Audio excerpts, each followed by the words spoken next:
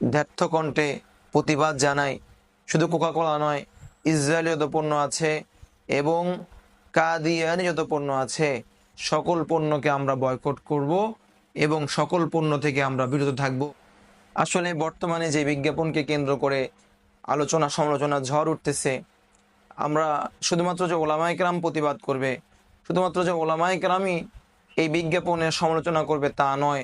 প্রত্যেকটা মুসলমানের দায়িত্ব যে যার ভিতরে ইমানের ন্যূনতম নূর আছে, ইমানের ন্যূনতম আলো আছে, প্রত্যেকের উপরে দায়িত্ব যে ইসরায়েলের সমস্ত পণ্যকে বয়কট করা। রাসূলুল্লাহ সাল্লাল্লাহু আলাইহি ওয়াসাল্লাম বলেছেন, আমার উম্মতরা হচ্ছে এমন যেমন শরীরের মাঝে পুরা দেহের মাঝে একটা অঙ্গ যেরকম, অর্থাৎ পুরা দেহের মাঝে শরীরের একটা অঙ্গ যদি ব্যথা পায় তাহলে পুরা শরীর পুরা দেহ যেভাবে ওই ব্যথাকে অনুধাবন করে, অনুভব করে, ঠিক তদ্রূপ পৃথিবীর যেই প্রান্তেই কোনো মুসলমান নির্যাতিত বা নিপীড়িত হবে না কেন, সেখানেই মুসলমানদের প্রতিবাদী আওয়াজ গর্জে ওঠা দরকার। যেহেতু গাজায় ফিলিস্তিনে ইসরায়েলি বাহিনীর বর্বরতার চরম পর্যায়ে পৌঁছায় গেছে, যেটা গণমাধ্যম বলতেছে 40,000 একটা সংখ্যা মাত্র, কিন্তু বাস্তব সংখ্যা একমাত্র ফিলিস্তিনি ভাইরা ছাড়া আর কেউ জানে না।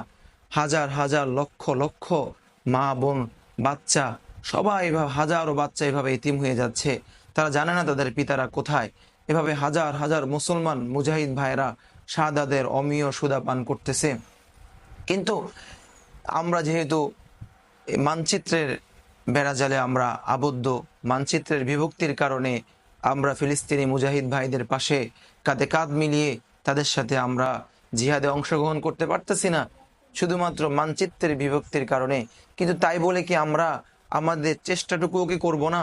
আল্লাহ রব্বুল আলমিনের সামনে যখন আমরা উপস্থিত হব, রব্বুল আলমিন যখন আমাদেরকে জিজ্ঞাসা করবে যে পৃথিবীর কোনো এক প্রান্তে মুসলিম ভাইয়েরা তোমার মুসলিম ভাইয়েরা নির্যাতনের শিকার হয়েছে, সেখানে তোমার ভূমিকা কি ছিল, সেখানে তোমার ইমানি চেতনা কোথায় ছিল?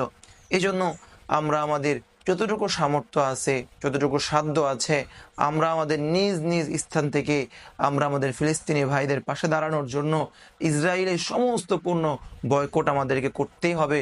শুধুমাত্র কোকাকোলা বয়কট করলেই চলবে না, ইসরায়েলি এবং কাদিয়ানি এই আরও যত পণ্য আছে তাদের প্রত্যেকটা পণ্য আমাদেরকে বয়কট করতে হবে। এবং তাদের কি কি পণ্য আমরা বয়কট করতে হবে এই পণ্যের কিন্তু একটা লিস্ট আমরা আমাদের ভিডিওতে দিয়ে দিব, ইনশাল্লাহ আপনারা সেটা দেখে। অতএব যেই বিজ্ঞাপন হয়েছে, এই বিজ্ঞাপন এটাই বুঝাইতে চাইছে যে কোকাকোলা ইসরায়েলি পণ্য নয়, কোকাকোলা এটা বাংলাদেশি পণ্য।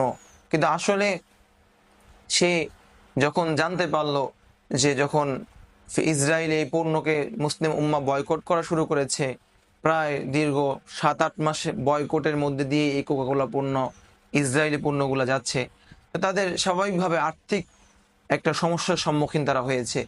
এই জন্য তারা তাদের এই পণ্যের নাম পরিবর্তন করে তারা নতুন নামে, নতুন ব্র্যান্ডিংয়ে তারা জাতির সামনে উদ্ভাবন হওয়ার চেষ্টা করতেছে।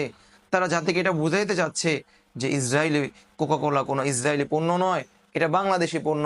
কিন্তু জাতি এত বোকা নয়, মুসলিম জাতি এত বোকা নয়, তারা খুব ভালো করেই বুঝে কোনটা ইসরায়েলি পণ্য, কোনটা ইসরায়েলি পণ্য নয়। যেরকমভাবে একজন বধূ যেরকমভাবে একাধিকবার শাড়ি পাল্টাইলেই তাকে বারবার নতুন বধূ বলা হবে না, ঠিক তদুরূপ কোকাকোলা যতবারই তাদের ব্র্যান্ডিং পরিবর্তন করুক না কেন, তারা যতই বলুক না কেন আমরা বাংলাদেশি পণ্য, কিন্তু বাংলাদেশের মানুষ তা কখনোই বিশ্বাস করে নেবে না। কারণ বাংলাদেশের মানুষ খুব ভালো করেই জানে যে কোকাকোলার যে অর্থ আসে লভ্যাংশ, এই লভ্য অংশ থেকে একটা অংশ কিন্তু ইসরায়েলের অস্ত্র কোষাগারে জমা হয়। কদিন আগের খবর আপনারা দেখেছেন কিনা জানি না, যে তারা বলতে চাচ্ছে যে তারা কোকাকোলার এই কোম্পানিকে, বাংলাদেশের যে কোম্পানিটা ছিল, তারা তুর্কির কাছে তারা বিক্রি করে ফেলেছে। এটা দ্বারা তারা কি বুঝাতে চাচ্ছে? তারা বুঝাইতে চাচ্ছে যে তুর্কি একটা মুসলিম শাসিত দেশ, তারা তুর্কির কাছে নয়, মুসলিম উম্মাহ এটা খুব ভালো করেই জানে। তারা যত বেশি প্রচার করুক না কেন, তারা যদি এই বলেও প্রচার করে যে কোকাকোলা এই সৌদি কোম্পানি কিনে ফেলেছে, কোকাকোলা আজ থেকে সৌদি কোম্পানির, বাংলার মুসলমানরা কখনোই তা কখনোই কোকাকোলাকে আবার গ্রহণ করবে না। দ্ব্যর্থ কণ্ঠে প্রতিবাদ জানাই। শুধু কোকাকোলা নয়, ইসরায়েলি যত পণ্য আছে এবং কাদিয়ানি যত পণ্য আছে সকল পণ্যকে আমরা বয়কট করব এবং সকল পণ্য থেকে আমরা বিরত থাকব। সর্বোপরি আমরা সকল মুসলমানের কাছে এই বার্তা পৌঁছাইতে চাই, ঈদ এটা একটা ইবাদত। আর আমরা ইবাদত উদযাপন করার পরে, ইবাদত পালন করার পরে আমরা যাতে করে পরক্ষণেই কোনো গুনার কাজে লিপ্ত না হই। যদিও আমরা সেটাকে গুনাহ মনে করতেছি না, কিন্তু আপনি যখন একটা ইসরায়েলি পণ্য ক্রয় করবেন, এটা কিন্তু পরোক্ষভাবেই এটা একটা গুনার শামিল হয়ে যাবে, পরোক্ষভাবেই এটা একটা অন্যায় হয়ে যাবে। অতএব আমরা ইবাদত করার পাশাপাশি এতে করে কোনো প্রকারের গুনাহ না করি। বিশেষ করে বড় যারা আমরা আছি, আমরা তো অবশ্যই ইসরায়েলের পণ্য কিনা থেকে বিরত থাকব।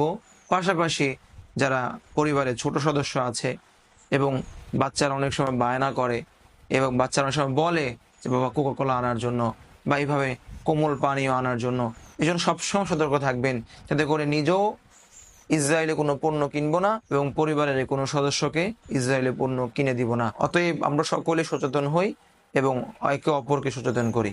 আসসালামু আলাইকুম।